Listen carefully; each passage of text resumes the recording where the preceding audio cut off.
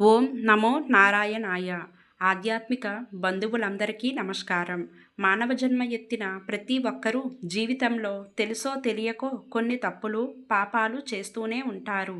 అయితే జన్మ జన్మల పాపాలను సైతం భస్మం చేసి తీవ్రమైన వ్యాధుల నుండి విముక్తిని ప్రసాదించే ఒకే ఒక్క పరమ పవిత్రమైన రోజు యోగిని ఏకాదశి.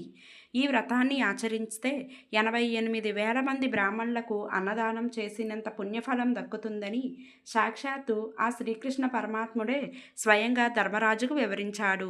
అసలు ఈ 2026 సంవత్సరంలో యోగిని ఏకాదశి ఎప్పుడు వచ్చింది, ఇంట్లో పూజ ఎలా చేసుకోవాలి, ఎలాంటి నియమాలు పాటించాలి, చర్మ వ్యాధులు, జాతక దోషాలు, దరిద్రం తొలగిపోవడానికి ఈరోజు చేయాల్సిన అద్భుతమైన పరిహారాలు ఏమిటి, అలాగే కుబేరుడి శాపం నుండి విముక్తి పొందిన ఆ యక్షుడి పురాణ కథ ఏమిటి అనే పూర్తి వివరాలు ఈ వీడియోలో మనం అత్యంత క్లియర్గా తెలుసుకోబోతున్నాం. వీడియోను ఎక్కడా స్కిప్ చేయకుండా చివరి వరకు చూడండి. మన ఛానల్ను ఇప్పుడే సబ్స్క్రైబ్ చేసుకోండి. మొదటగా ఈ సంవత్సరం యోగిని ఏకాదశి ఎప్పుడు వచ్చిందో తెలుసుకుందాం. ఆషాఢమాసం కృష్ణపక్షంలో వచ్చే ఏకాదశిని యోగిని ఏకాదశి అంటారు. ఈ ఏడాది యోగిని ఏకాదశి వ్రతాన్ని జూలై 10, 2026 శుక్రవారం నాడు ఆచరించాలి. ఉపవాస తిథి జూలై 10 శుక్రవారం రోజంతా ఉపవాసం ఉండాలి. వ్రత పారణ మరుసటి రోజు అంటే జూలై 11 శనివారం నాడు మధ్యాహ్నం 2-3 గంటల నుండి సాయంత్రం 4-42 గంటల మధ్య ఉపవాసాన్ని విరమించి భోజనం చేయాలి. శనివారం ఉదయం 10:31 గంటల వరకు హరివాసరం అనే సమయం ఉంటుంది. శాస్త్రం ప్రకారం హరివాసరం ముగిసే వరకు ఉపవాసం విరమించకూడదు.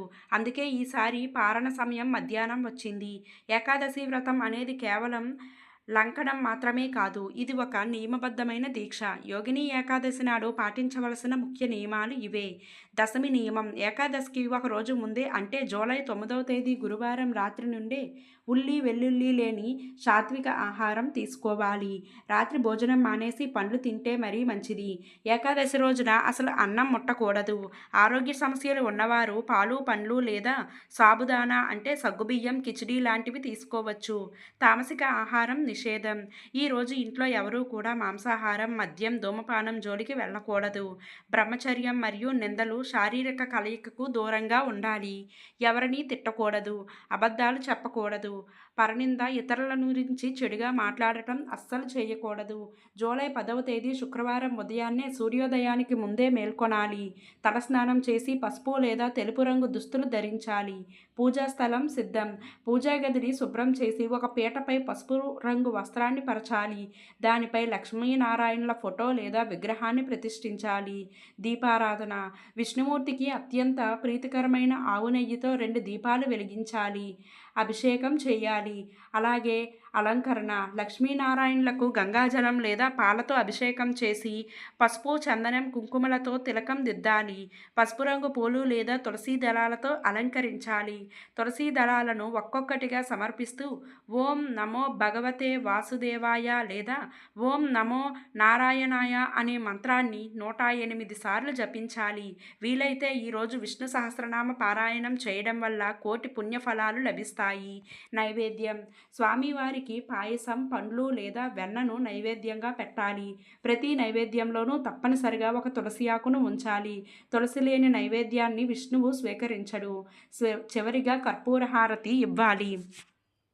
యోగిని ఏకాదశి శుక్రవారం రోజు రావడం చాలా విశేషం. ఈరోజు కొన్ని చిన్న పరిహారాలు చేయడం వల్ల లక్ష్మీనారాయణుల అనుగ్రహం కలిగి దరిద్రం పోయి ఐశ్వర్యం సిద్ధిస్తుంది. రావి చెట్టు పరిహారం ఏకాదశి రోజు సాయంత్రం రావి చెట్టు దగ్గరకు వెళ్ళి చెట్టు వేరు భాగంలో కొద్దిగా పాలు పోసి నీరు కలిపి పోయాలి. ఆ తర్వాత ఆవు నెయ్యితో ఒక దీపం వెలిగించి చెట్టు చుట్టూ 7 ప్రదక్షిణాలు చేయాలి. దీనివల్ల పితృదోషాలు, శని దోషాలు తొలగిపోతాయి. సాయంత్రం తులసి కోట ముందు నెయ్యి దీపం పెట్టి తులసీమాతకు కుంకుమ పూజ చేయాలి. తులసి చెట్టు చుట్టూ ప్రదక్షిణాలు చేస్తూ సుఖ సంతోషాలు ప్రసాదించమని వేడుకోవాలి. కానీ గుర్తించుకోండి, ఏకాదశి రోజున తులసి ఆకులను తెంపకూడదు. పూజకు కావలసిన ఆకులను ఒక రోజు ముందే గురువారమే కోసి పెట్టుకోవాలి. సుగంధ ద్రవ్యాల దానం. చర్మ వ్యాధులు లేదా జాతకంలో బుధ శుక్ర దోషాలు ఉన్నవారు ఈరోజు బ్రాహ్మణులకు లేదా పేదలకు చందనం, కర్పూరం, గొడుగు లేదా విసనకర్రలను దానం చేయడం వల్ల అద్భుతమైన ఉపశమనం లభిస్తుంది. ఇప్పుడు ఈ వ్రతం వెనుక ఉన్న అత్యంత మహిమాన్వితమైన పురాణ కథను తెలుసుకుందాం. ద్వాపర యుగంలో ధర్మరాజు అడగగా శ్రీకృష్ణ పరమాత్ముడు ఈ కథను స్వయంగా వివరించాడు. పూర్వం హిమాలయ పర్వతాలపైన ఉన్న అలకాపురి అనే దివ్య నగరానికి సంపదల దేవుడైన కుబేరుడు రాజుగా ఉండేవాడు. ఆయన పరమశివుని యొక్క గొప్ప భక్తుడు. కుబేరుడి శివపూజ కోసం ప్రతిరోజు మానస సరోవరం నుండి పవిత్రమైన పూలను తీసుకురావడానికి హేమమాలి అనే యక్షకుడు సేవకుడిగా ఉండేవాడు. హేమమాలి భార్య విశాలాక్షి అద్భుతమైన సౌందర్యవతి. హేమమాలి ఆమె మోహంలో నిరంతరం మునిగి తేలేవాడు. ఒకరోజు ఉదయం హేమమాలి సరస్సు నుండి పూలు సేకరించి రాజుగారి పూజకు వెళ్లకుండా భార్యపై ఉన్న అమితమైన కామమోహంతో తన ఇంట్లోనే ఉండిపోయాడు. ఇటు అలకాపూరిలో మధ్యాహ్నం అవుతున్నా పూలు రాకపోవడంతో కుబేరుడికి కోపం వచ్చింది. భటులను పంపి విచారించగా హేమమాలి దైవకార్యాన్ని వదిలేసి భార్యతో సుఖాల్లో మునిగిపోయాడని తెలిసింది. ఆగ్రహించిన కుబేరుడు హేమమాలిని సభకు పిలిపించి, ఓరి మూర్ఖుడా, దేవదేవుడైన శివుని పూజ కంటే నీకు కామసుఖాలే ఎక్కువయ్యాయా? నువ్వు ఏ అందాన్ని చూసి గర్వపడ్డావో ఆ అందాన్ని కోల్పోయి భయంకరమైన కుష్ఠవ్యాధి బారిన పడి భూలోకంలో అల్లాడిపోవాలి అని ఘోరమైన శాపాన్ని ఇచ్చాడు. మరుక్షణమే హేమమాలి శరీరం అంతా చీము, నెత్తురు, పుండ్లతో దుర్వాసన కొడుతూ కురూపిగా మారిపోయింది. అతను భూలోకంలోని ఒక దట్టమైన అడవిలో పడి ఆకలి దప్పికలతో నిద్రలేక ఎన్నో ఏళ్ళు నరకయాతన అనుభవించాడు. కానీ పూర్వపు శివపూజ పుణ్యం వల్ల అతనిలో దైవచింతన నశించలేదు. నిరంతరం పశ్చాత్తాపపడ్డాడు.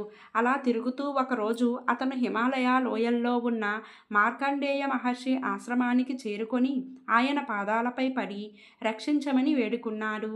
మహర్షి తన దివ్య దృష్టితో జరిగినదంతా గ్రహించి కరుణతో, హేమమాలి, నువ్వు చేసిన తప్పుకు ప్రాయశ్చిత్తంగా ఆషాఢ కృష్ణపక్షంలో వచ్చే యోగిని ఏకాదశి వ్రతాన్ని నిష్ఠతో ఆచరించు, నీ పాపాలన్నీ తొలగిపోతాయి అని ఉపదేశించారు. మహర్షి మాటల ప్రకారం హేమమాలి ఆ ఏకాదశి నాడు కఠిన ఉపవాసం ఉండి రాత్రంతా జాగరణ చేసి శ్రీ మహావిష్ణువును ఆరాధించాడు. ఆ వ్రత మహత్యం వల్ల అతని శరీరంలో కుష్ఠరోగం పూర్తిగా మాయమై తిరిగి దివ్యమైన బంగారు శరీరాన్ని, ఆరోగ్యాన్ని పొందాడు.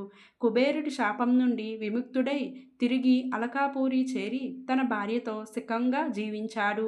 చూశారు కదా బంధువులారా, దైవ కార్యాన్ని నిర్లక్ష్యం చేయడం వల్ల హేమమాలి ఎలాంటి శిక్ష అనుభవించాడో, అలాగే యోగిని ఏకాదశి వ్రతం వల్ల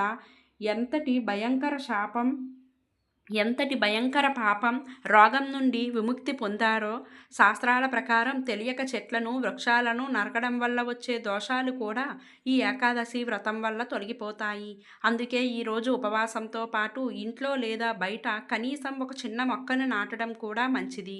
ఆరోగ్యపరంగా చూసుకున్న ఏకాదశి ఉపవాసం వల్ల మన శరీరంలో ఉన్న వ్యర్థాలన్నీ బయటకు పోయి చర్మం మరియు జీర్ణక్రియ ఎంతో మెరుగవుతాయి.